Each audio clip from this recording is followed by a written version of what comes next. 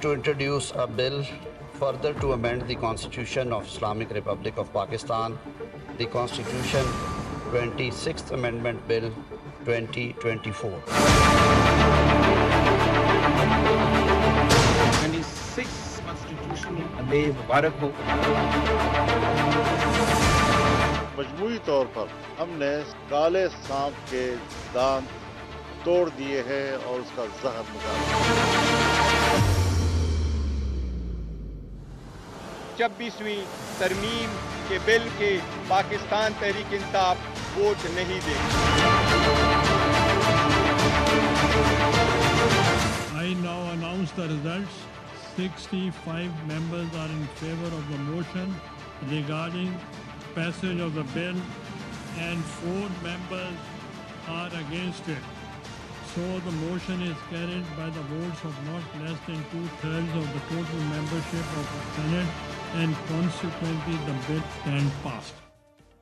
अस्सलामुअलैकुम, मैं हूं समर अब्बास। 26वीं आईनी तरमीम पिछले एक महीने की हुकूमती कोशिशों के बाद आज ऐवान बाला यानी सेनेट से मंजूर हो गई है और सेनेट में 65 वोट हासिल कर सकी हुकूमत इस तरमीम की मंजूरी के लिए। इस तरमीम की मंजूरी के लिए आज BNP मेंगल के 2 अरकान ने वोट दे ही दिया जो पिछले एक महीने से गायब थे और आज अख्तर मेंगल साहब जो है वो पहुंचे भी सदर के इजलास में। उनका कहना है कि वो सामना करना चाहते थे अपने अरकान का, लेकिन वो सामना नहीं किया जा सका। उन्हें वहां से खातून जो वहां पे मौजूद थी सिक्योरिटी पर मामूर, उन्होंने वहां से उन्हें निकाल दिया। हम इस तरमीम की हम खदोखाल की बात करें तो बड़े अहम इस पर तरावीम शामिल है। 22 नुकात पर मबनी यह तरमीम थी जिसमें अहम तरीन अगर हम नुकात का अहाता करें तो उसमें एक तो सुप्रीम कोर्ट ऑफ पाकिस्तान में आईनी बेंच कायम होगा, 5 जजेस पर यह मुश्तमिल होगा, जिसमें सबसे सीनियर मोस्ट जो जज होंगे वो इस आईनी बेंच के प्रिजाइडिंग ऑफिसर होंगे, जबकि जो 4 दीगर जजेस होंगे उनका शुमार जो है वो चारों सूबे से उनकी नुमाइंदगी होगी। आईनी बेंच जो होगा वो तमाम आईनी केसेस को सुनेगा और साथ साथ इसमें जो है इंपॉर्टेंट केसेस है 184(3) के तहत, 185 के तहत जो एडवाइजरी जुरिस्डिक्शन होती है और 186 के तहत ये तमाम केसेस जो हैं अब वो ये आईनी बेंच ही सुनेगा। ये केसेस जो हैं वो सुप्रीम कोर्ट ऑफ पाकिस्तान के दायरा इख्तियार से बाहर निकल जाएंगे। आईनी बेंच जो है उसके जो उसकी कंपोजिशन है उसमें जैसे हमने कहा कि चारों सूबों की नुमाइंदगी होगी, साथ साथ सूबों के अंदर भी ये आईनी बेंचें जो है वो तश्कील दिए जाएंगे। सुप्रीम कोर्ट ऑफ पाकिस्तान जो है वो अब इन केसेस को इन मामलों को नहीं सुन सकेगी।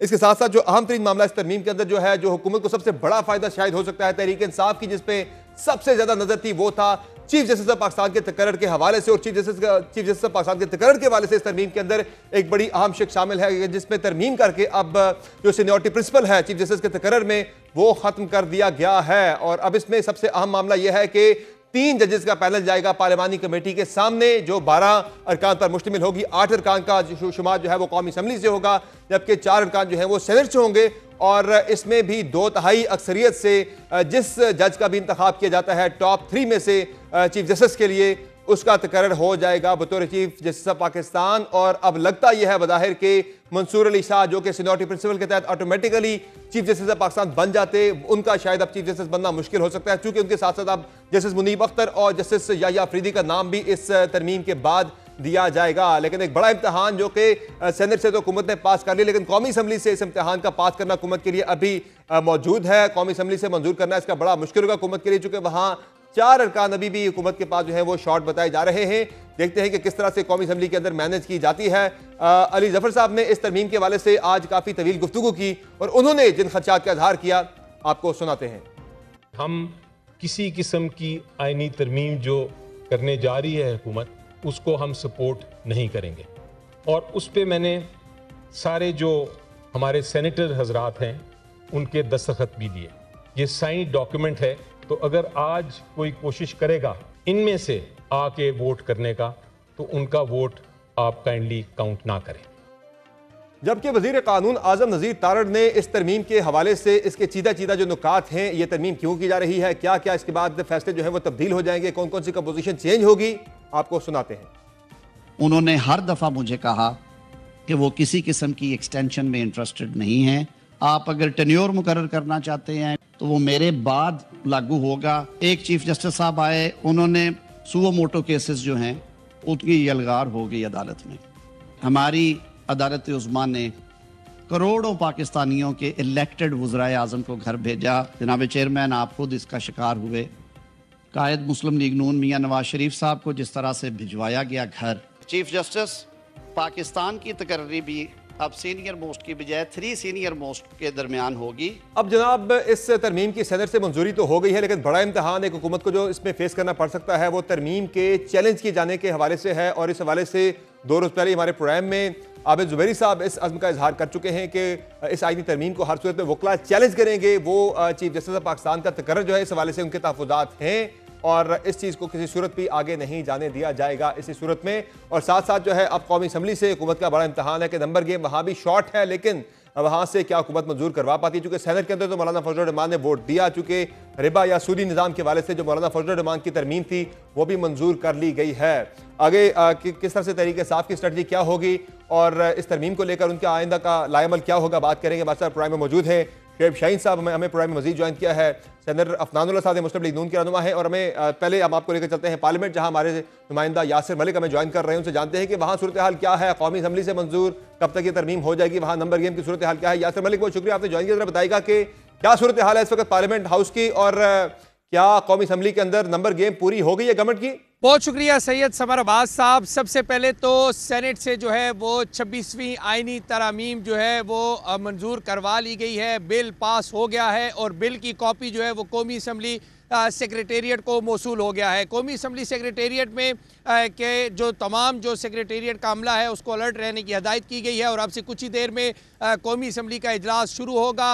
हुकूमती अरकान और इसी तरह से इत्तेहादी जमातों के जो अरकान कौमी असम्बली हैं वो इस वक्त ईवान में पहुँचना शुरू हो गए हैं। मौलाना फजल रहमान की हमायत के बाद 220 का फिगर जो है वो हुकूमत ने मुकम्मल कर लिया है, लेकिन 4 अरकान कौमी असम्बली अभी भी कम है। 2/3 अक्सरियत से इस बिल को कौमी असम्बली से भी पास करवाना है हुकूमत ने, लेकिन 4 लोग जो मिस हैं, जो कम हैं इस वक्त, उनको मुकम्मल करने की भी जो हुकूमत की हिकमत अमली है वो इस वक्त कंप्लीट है। और जैसे ही कौमी असम्बली का ये इजलास होगा, इजलास शुरू होते ही जो रूटीन का एजेंडा होगा उसको मौखर किया जाएगा और उसके बाद जो है ये 26वीं आइनी तरामीम का बिल जो है ये पेश कर दिया जाएगा। और शिकवार जो है वो इस बिल की जैसे सेनेट से मंजूरी ली गई उसी तरह कौमी असम्बली के ईवान में भी इसकी मंजूरी जो है वो ली तो जाएगी। कौमी असम्बली के अगर यहाँ पे कौमी असम्बली के अंदर जो तहरीक इंसाफ के जिन अरकान के हवाले से शुकूक व शुबात का इजहार किया जा रहा था कि वो गायब थे, उनसे तहरीक इंसाफ का राब्ता नहीं हो पा रहा,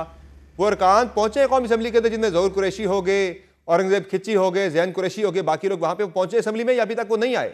देखिए समर अब्बास साहब, जो तहफ़्फ़ुज़ात का इजहार किया था पाकिस्तान तहरीक इंसाफ ने कि उनके 9 अरकान कौमी असम्बली गायब हैं, उनके साथ उनका राब्ता नहीं हो पा रहा, उनमें से 5 अरकान कौमी असम्बली जो हैं वो इस वक्त कौमी असम्बली सेक्रेटेरिएट के 5th फ्लोर पर मौजूद हैं। इंतहाई सख्त सिक्योरिटी के इंतजाम हैं, पुलिस की भारी नफरी जो है वो तैनात की गई है, पार्लियामेंट के बाहर भी और पार्लियामेंट के अंदर भी। इन तमाम जो 5 MNAs को जो लाया गया है वो स्पीकर का जो रास्ता है जहाँ से स्पीकर कौमी असम्बली, चेयरमैन सेनेट जहाँ से इंटर होते हैं, चेयरमैन पीपल्स पार्टी बिलावल भुट्टो जरदारी का जो दाखिली रास्ता है कौमी असम्बली में, वहाँ से इन तमाम MNAs को अंदर ले जाया गया है। इंतहाई सख्त सिक्योरिटी रखी गई है। 5th फ्लोर की जो सेक्रेटेरिएट है कौमी असम्बली का, वहाँ पर ये लोग मौजूद हैं। और अब से कुछ ही देर में चूँकि कौमी असम्बली का जब इजलास शुरू होगा तो जैसे सेनेट का इजलास शुरू हुआ था और सरदार अख्तर मेंगल की पार्टी BNP मेंगल के जो 2 सेनेटर थे कासिम रोंजो और नसीमा एहसान बीबी,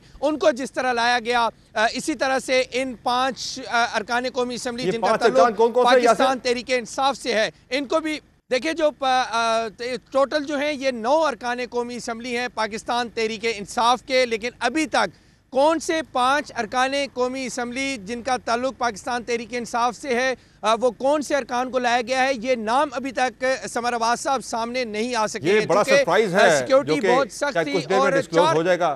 ये सरप्राइज रखा जा रहा है, नाम शायद कुछ देर बाद सामने आ ही जाएंगे जब इजलास शुरू होगा। यासिर बहुत शुक्रिया आपने अपडेट किया, मजीद भी आपसे हम आगे चल के अपडेट लेंगे कि सूरत हाल क्या है कौमी असम्बली के बारे हमारे साथ रहेगा। शुएब शाहीन साहब, सेनेट से तो तरमीम मंजूर हो गई है, इसी तरह से कौमी असम्बली के अंदर भी मंजूर हो जाएगी। तहरीक इंसाफ ने जो कोशिश की रोकने की वो आप नहीं रोक सके, तो अब आपके खदशात क्या है तरमीम के मंजूर होने के बाद? देखें, पहली बात तो ये है कि ये कोई नॉर्मल तरमीम, आइनी तरमीम तो है नहीं, ये इसको आर्मी तरमीम कह सकते हैं, इसको आइनी तरमीम कह सकते हैं, इसको यरगमाली तरमीम कह सकते हैं। आर्मी की तो उसमें आर्मी जो फौजी दादों की वजह से कोई शक नहीं है, ऐसी कोई शक है ही नहीं है। ये तो किसने उठाए हैं बंदे, ये तो आपके पास क्या सबूत है कि उन्होंने उठाए? जिन लोगों ने उठाए हैं, देखें आपके पास कोई सबूत है? अगर आर्मी की शेख शामिल नहीं है, मुझे बताएं कॉन्स्टिट्यूशनल बेंच कौन बनाएगा? ये कठपुतली बनाएंगे? ये कठपुतलियों के जरिए आपका आर्मी एक्ट के तहत इसी के अंदर जो बैठे लोग हैं पार्लियामेंट के अंदर, या फिर जो एक जुडिशल कमीशन है उसमें से ही आएंगे, उसमें कोई फौजी नुमाइंदा तो नहीं बैठा होगा उसके अंदर? कोई जुडिशल कमीशन में कौन बैठे हैं? पहली बात तो ये सुप्रीम कोर्ट ऑफ पाकिस्तान के जजेस हैं, सुप्रीम कोर्ट ऑफ पाकिस्तान के जजेस हैं, चीफ जस्टिस समेत अटॉर्नी जनरल हैं, वजीर कानून है। जबर साहब, इन कठपुतलियों को मुसल्लत किसने किया है? इलेक्शन कमीशन से फॉर्म 45 किसने बनवाए हैं? इनडायरेक्ट घुमाते घुमाते आप बहाना लेके जाए ना मामले को, जो बात है फैक्ट्स उनको एज इट इज आप उनको स्टेट करें। उन्हीं कठपुतलियों के जरिए हर वो काम कराना है जिसके जरिए उनके रास्ते आसान हो और इनका फ्रॉड, इलेक्शन फ्रॉड हो या इनका मनी लॉन्ड्रिंग हो या कोई भी 2 नंबर काम हो, कि जिनका बेंच बनाने का अख्तियार भी ना चीफ जस्टिस का है ना सुप्रीम कोर्ट का है, वो इन लोगों ने करना है। कॉन्स्टिट्यूशन ऑफ जो बेंचेस हैं वो इन्होंने करने हैं, चीफ जस्टिस का तकर्रुर इन्होंने करना है। तो मुझे बता दें कि फिर बाकी बचता क्या है? बाकी तो ये बचता है कि ये फैसले भी खुद कर लें। इसकी क्या हैसियत है? अगर बच्चों को, बीवियों को, बेटों को, बेटियों को उठा के, लोगों को उठा के, अगवा करके, तशद्दुद करके अगर आप आकर के आपने वोट लेने हैं तो उसकी क्या हैसियत है? और काजी फाइसा को जाते जाते उन्होंने आर्टिकल 63A का फैसला करके फैसिलिटेट किया इनको कि आए जी आप ये सारी कार्रवाई करें, लेकिन वो उनको खुद इसलिए कुछ नहीं मिला। वो क्या कहते हैं, वो सारी नाइंसाफियाँ अपनी ज़ात के लिए की, ना खुदा ही मिला ना विसाल सनम। और आगे क्या होगा इस मुल्क को जिस अंधेरे में धकेल के वो जा रहे हैं, इंशाअल्लाह ये अंधेरा उनको तो सारी ज़िंदगी इस दुनिया में भी अगले जान भी साथ देना पड़ेगा।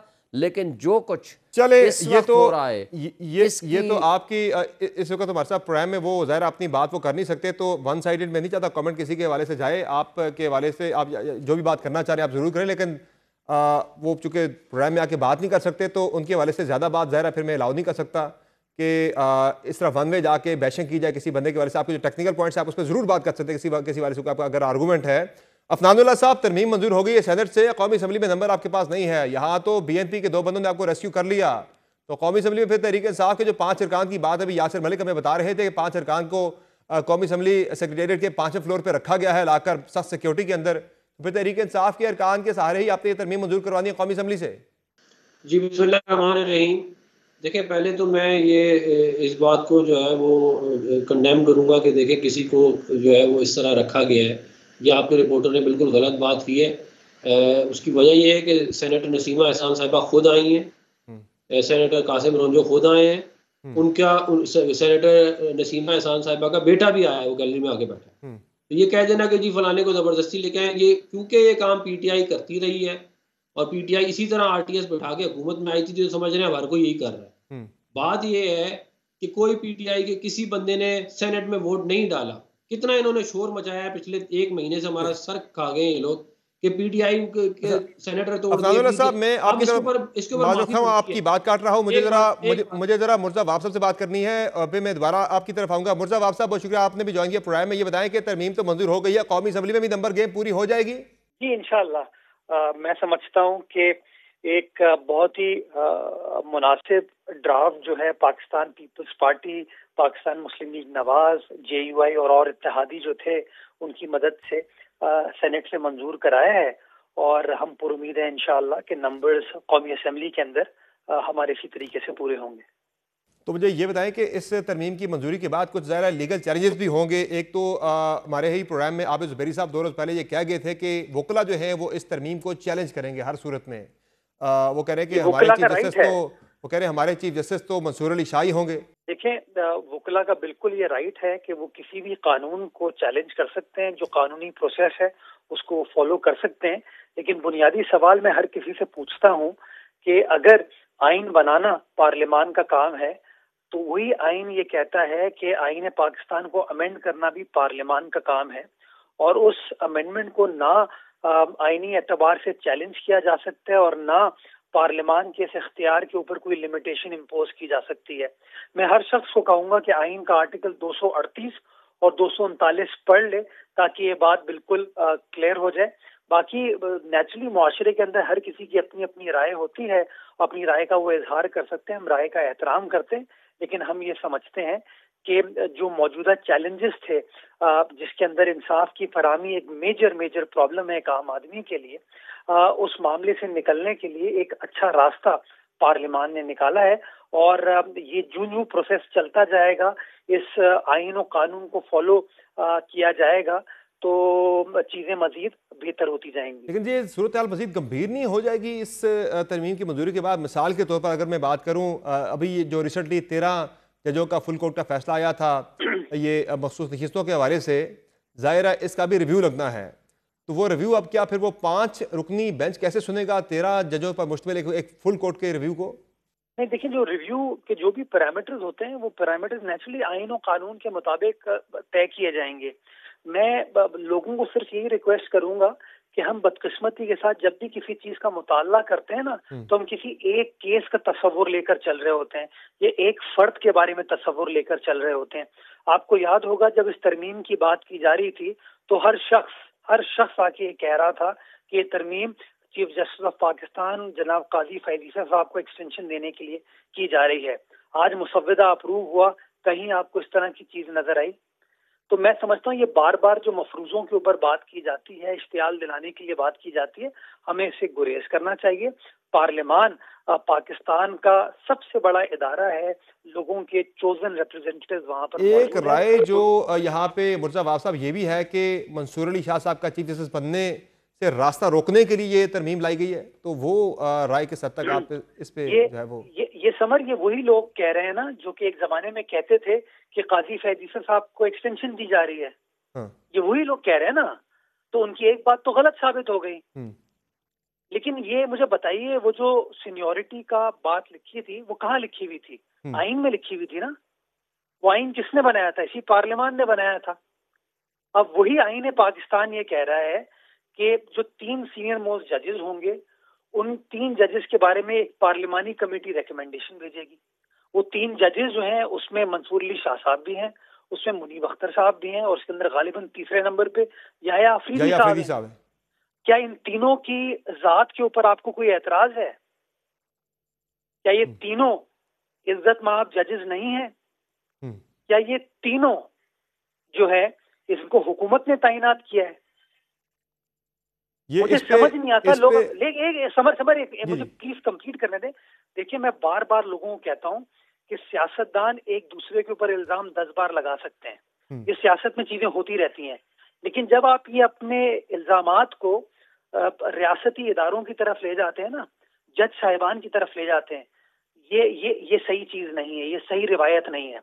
सुप्रीम कोर्ट का एक जज जो है, हाई कोर्ट का एक जज, सेशंस कोर्ट का एक जज, वो लोगों की तकदीर का फैसला करता है। देखिए, कानून के मुताबिक इंसाफ को इस हवाले से तहफुजात हैं। शुएब शाहीन साहब हमारे प्रोग्राम में हैं, वो इस पे अपनी दलील दे सकते हैं कि क्या वजह है।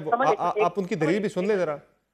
चले, मैं सिर्फ गुजारिश ये कर रहा हूँ, आपको जो बात करनी है ना, केस के मेरिट के ऊपर बात करें।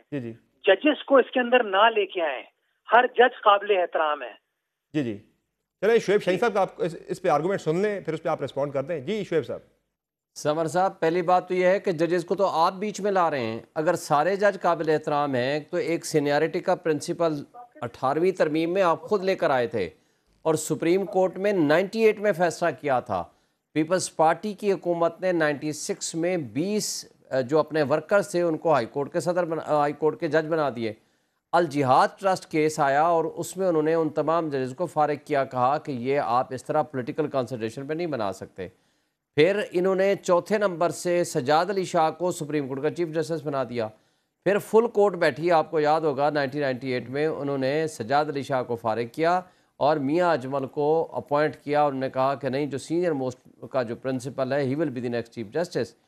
हम तो ये कह रहे हैं कि ये प्रिंसिपल 98 से लागू है। ये प्रिंसिपल आपने फिर इनकॉर्पोरेट किया इनटू द कॉन्स्टिट्यूशन। जजेस को तो आप मलाइन कर रहे हैं और आप उनको मुतनाज़ा बना रहे हैं। हम तो जजेस को नहीं ला रहे हैं, हम तो सिर्फ एक बात कर रहे हैं कि whosoever is the chief senior most he will be the next chief justice. यही प्रेसिडेंट है, यही सुप्रीम कोर्ट के फैसले हैं, यही आइन की 18वीं तरमीम है। ठीक है। और अब आप करके जो आप कुछ करने लगे हैं और उन जजेस में से 3 में से बनाएगा कौन? वो पार्लियामानी कमेशन बनाएगा जिसमें आपकी अक्सरियत होनी है, आपको पता है, और उनके जरिए आपने अपनी मनपसंद का तीसरा बंदा बनाना है। फिर उसके अंदर एक और शक डाल दी कि अगर तीसरे नंबर को फर्ज करो ये उठाते हैं तो आगे अगर वो रिफ्यूज कर लेता है तो उन 3 में से नहीं सिलेक्ट करेंगे, फिर सिलेक्ट करेंगे अगले चौथे नंबर को, अगर चौथे वाला रिफ्यूज करता है तो फिर 5वें नंबर को। इससे ज्यादा मुतनाज़ा और क्या करेंगे? फिर एक और बात, जो कॉन्स्टिट्यूशनल बेंच की यानी बेंच बनाने का अख्तियार भी केस आएगा, वो जुडिशल कमीशन बैठेगा, वो बनाएगा कि नहीं हमें ये पसंद है जी, इनमें से हमें जज बना दो। हमने तो ये कहा कि अगर आपने करना ही है तो आप सीनियर मोस्ट 5 जज रख लें, 7 जज रख लें, 9 जज रख लें कि ये जी जुडिशल बेंच का हिस्सा होंगे। चलिए, आपका पॉइंट आ गया। इसमें तो सिवाय फ्रॉड और बदनीयती के और कुछ भी नहीं है। ठीक है मुर्तज़ा साहब। अच्छा देखें, पार्लियामान से शायद गलती हो गई कि उसने आइन साजी कर ली। पार्लियामान ने जो है ना पीटीआई का इस्तेहकाक मजरू कर दिया। हमें लिख देना चाहिए था आईन पाकिस्तान के अंदर कि जो इमरान खान या शुएब शाहीन फैसला करेंगे ना उसको फॉलो किया जाएगा। मैं बार बार गुजारिश ये कर रहा हूँ, ये 3 जजेस जिनमें से फैसला किया जाएगा कि चीफ जस्टिस ऑफ पाकिस्तान कौन होगा, वो 3 सिटिंग जजेस हैं। उनको किसी हुकूमत ने नहीं तैनात किया है। ये समझने की जरूरत है। ये पॉलिटिसाइज करें समर साहब, तीनों ने अपने टर्म पे चीफ जस्टिस बनना है। पहले ने भी एक बात अगर कर लो।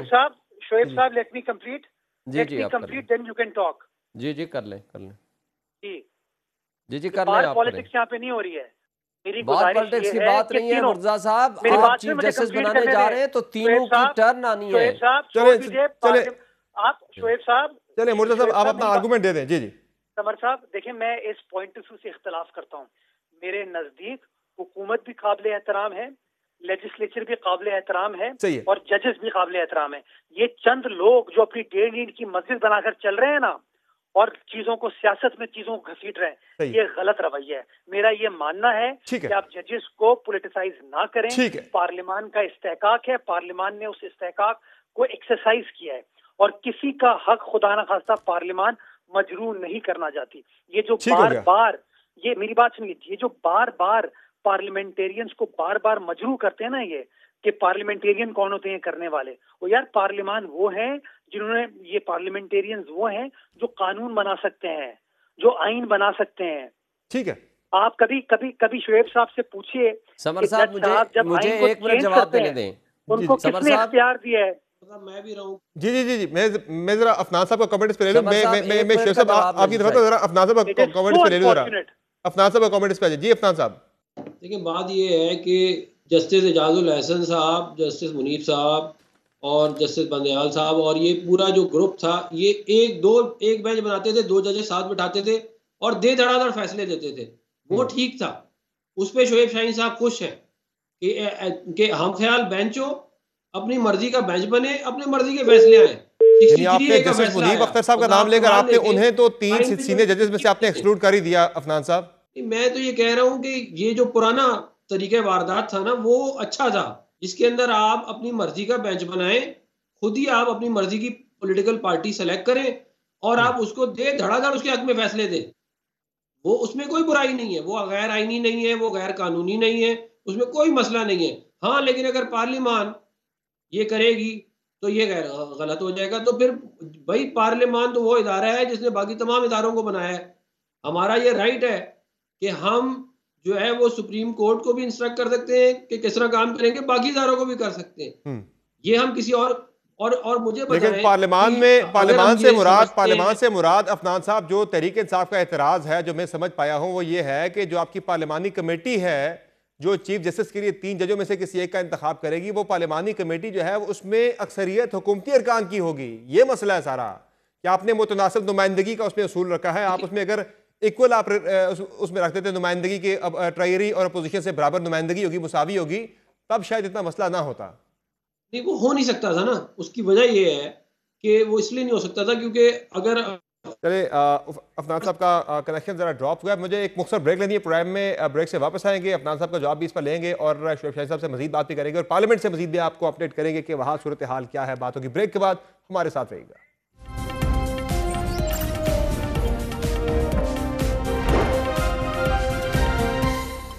वेलकम बैक नाज़रीन।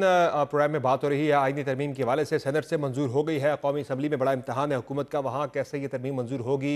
कुछ देर पहले नुमाइंदा दुनिया न्यूज़ यासिर मलिक ने यह बताया कि कौमी असम्बली के सेक्रेटेरिएट के 5वें फ्लोर पर तहरीक इंसाफ के 5 उन अरकान को लाया गया है। कुछ देर पहले वहाँ सख्त सिक्योरिटी में उन्हें लाया गया है, वहाँ मौजूद हैं, किसी को वहाँ जाने की इजाज़त नहीं है।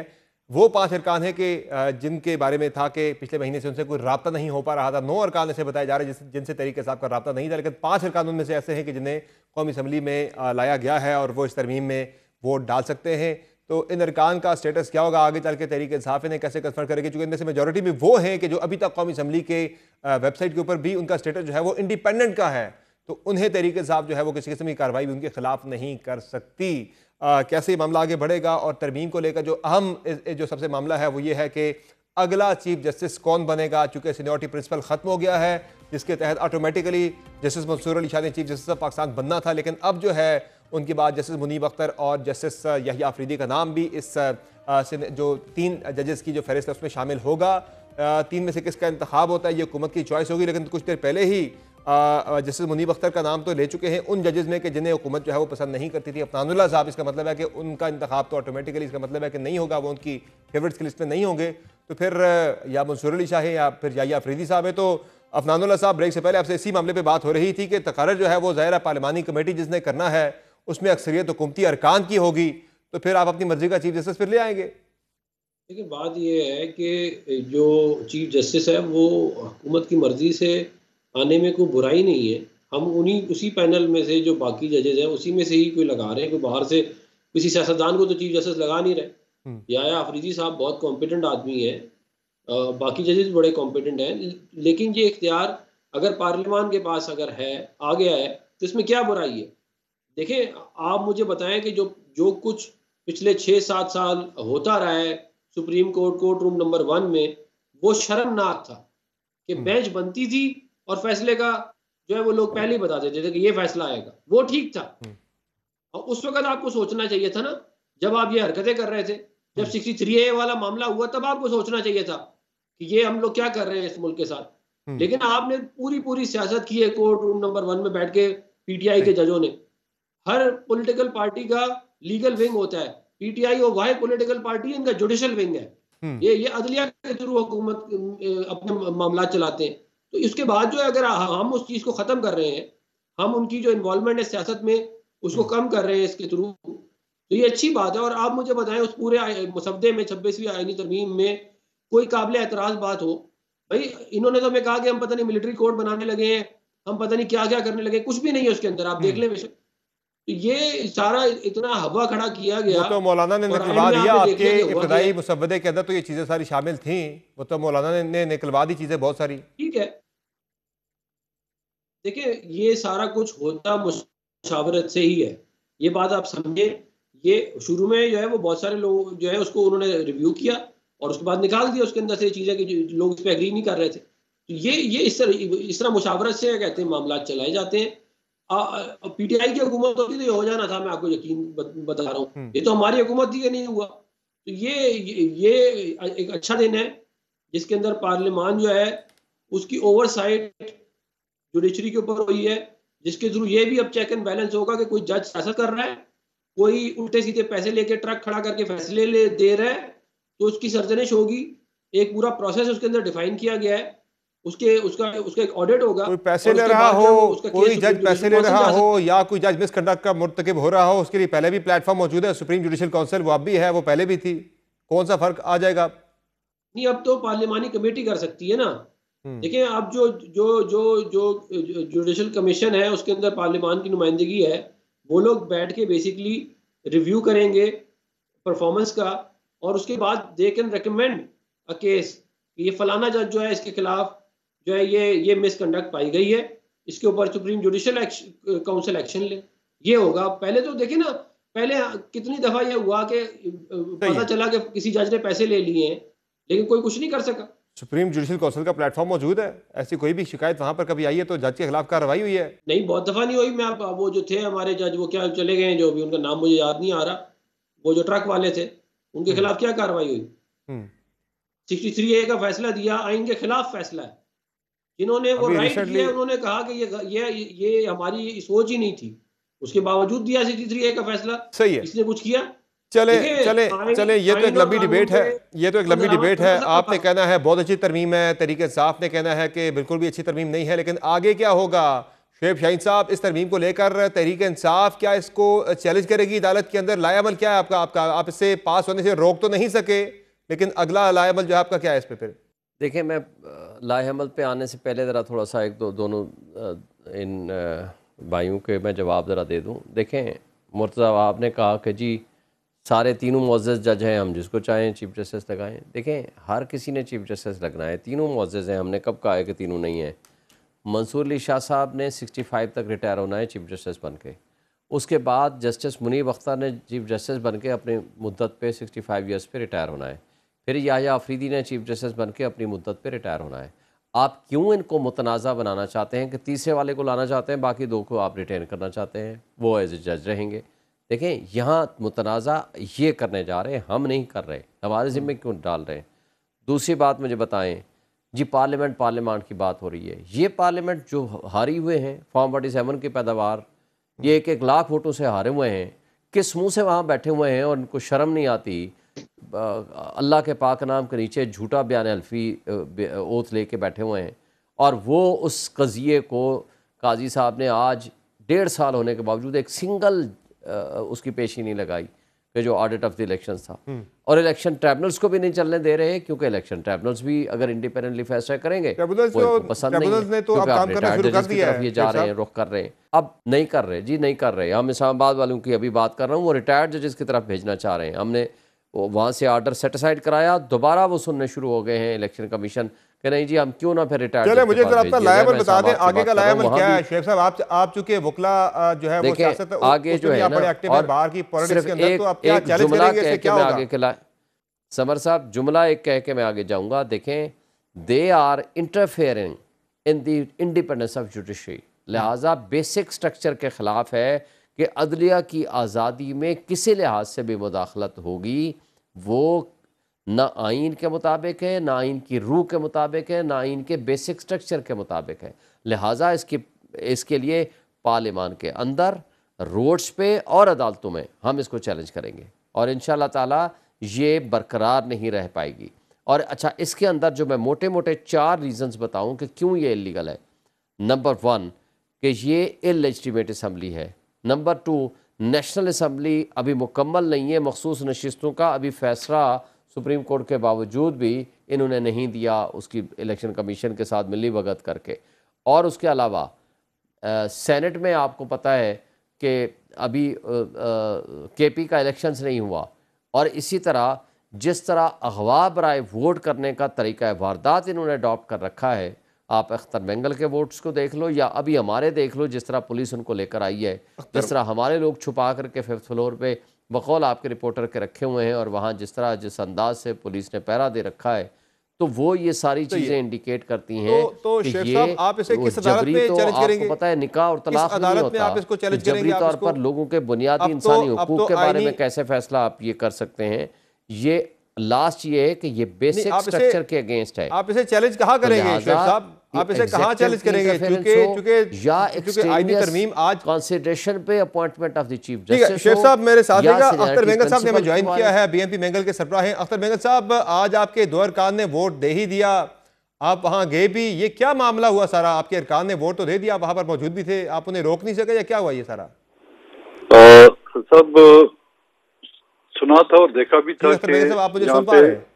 जी, मेरी आवाज आ रही है? जी, अख्तर बेंगल साहब से राब्ता। हेलो जी, अख्तर बेंगल साहब जी, आ रही है आवाज? जी अब आ रही है आवाज।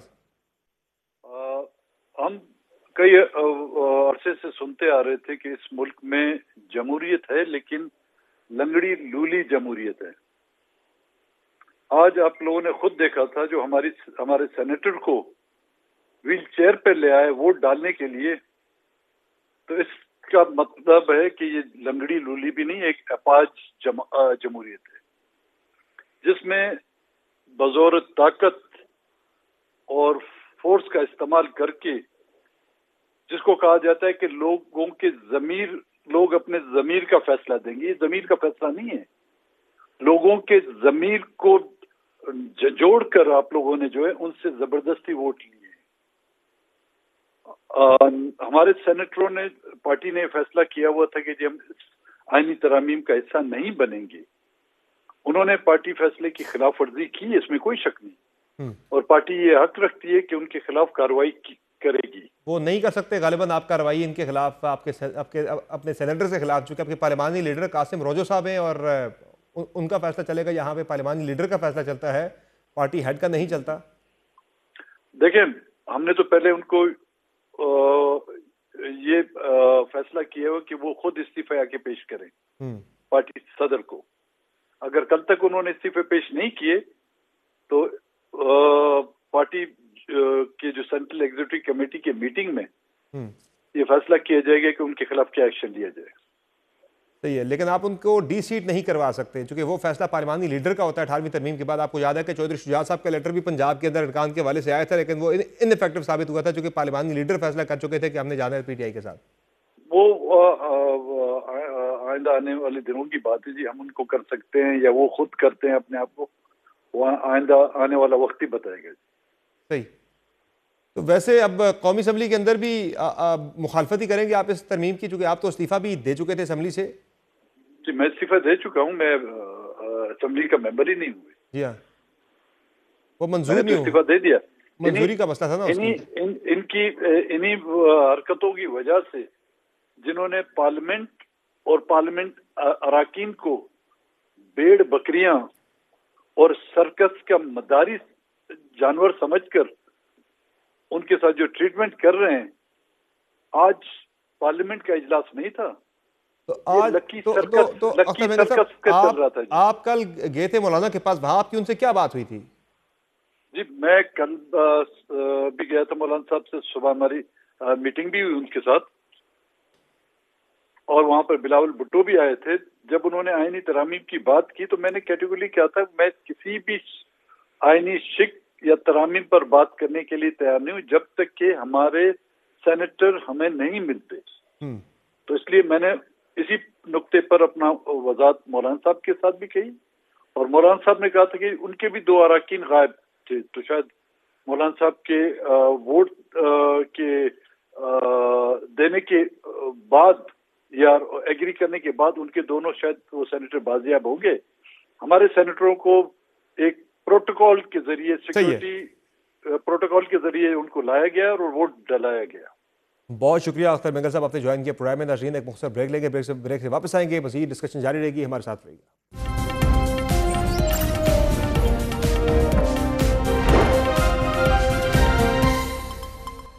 वेलकम बैक नाज़रीन। 26वीं आईनी तरमीम की सदर से मंजूरी के बाद अब अगला बड़ा इम्तहान कौमी असम्बली से इस तरमीम की मंजूरी का है, जहां हुकूमत के पास नंबर गेम पूरी नहीं है, और इस नंबर गेम को पूरा करने के लिए पाकिस्तान तहरीक इंसाफ के कुछ अरकान के ऊपर हुकूमत तकिया किए बैठी है। इस हवाले से कुछ देर पहले हमें यासिर मलिक ने अपडेट किया था कि वो अरकान कौमी असम्बली सेक्रेटेरिएट के 5वें फ्लोर पर कुछ 5 अरकान मौजूद हैं। यासिर की तरफ चलते हैं दोबारा से, यासिर से जानते हैं कि क्या सूरत हाल है इस वक्त, कौमी असम्बली के अंदर इजलास में ताखीर क्यों है? यासिर, अपडेट कीजिएगा, कौमी असम्बली का इजलास कब शुरू होगा और ताखीर की क्या वजह है? देखिए, ताखीर की जो वजह है वो इस वक्त सामने आ चुकी है कि मियां मोहम्मद नवाज शरीफ जो कि मुस्लिम लीग नून के कायद हैं, उनके हमरा हमजा शहबाज जो है वो अब से तकरीबन 3 से 4 मिनट पहले जो है वो कौमी असम्बली में पहुंचे हैं, जहां पर वज़ीर आज़म शहबाज शरीफ ने उनका इस्तकबाल किया। इसी तरह से चेयरमैन पीपल्स पार्टी बिलावल भुट्टो जरदारी और आसफा भुट्टो का इंतजार जो है वो किया जा रहा था, वो भी इस वक्त पहुंच चुके हैं। लेकिन बुनियादी तौर पर जो इंतजार जाहिर लग रहा था इस इजलास की ताखीर में, वो नवाज शरीफ और हमजा शहबाज का था, जिस वक्त पहुंच चुके हैं। और 5 अराकीन जिनका ताल्लुक पाकिस्तान तहरीक इंसाफ से है, वो इस वक्त कौमी असम्बली सेक्रेटेरिएट के 5th फ्लोर पर मौजूद हैं, और उनको इसी तरह से लाया जाएगा जैसे सेनेट में। बहुत शुक्रिया यासिर, अपडेट करने के लिए। कौमी असम्बली का इजलास में मामूली ताखीर है, कुछ देर बाद ये इजलास से शुरू हो जाएगा, जहाँ 26वीं आईनी तरमीम पेश की जाएगी मंजूरी के लिए। आज के प्रोग्राम में इतना, इजाज़त दीजिए, अल्लाह हाफ़िज़।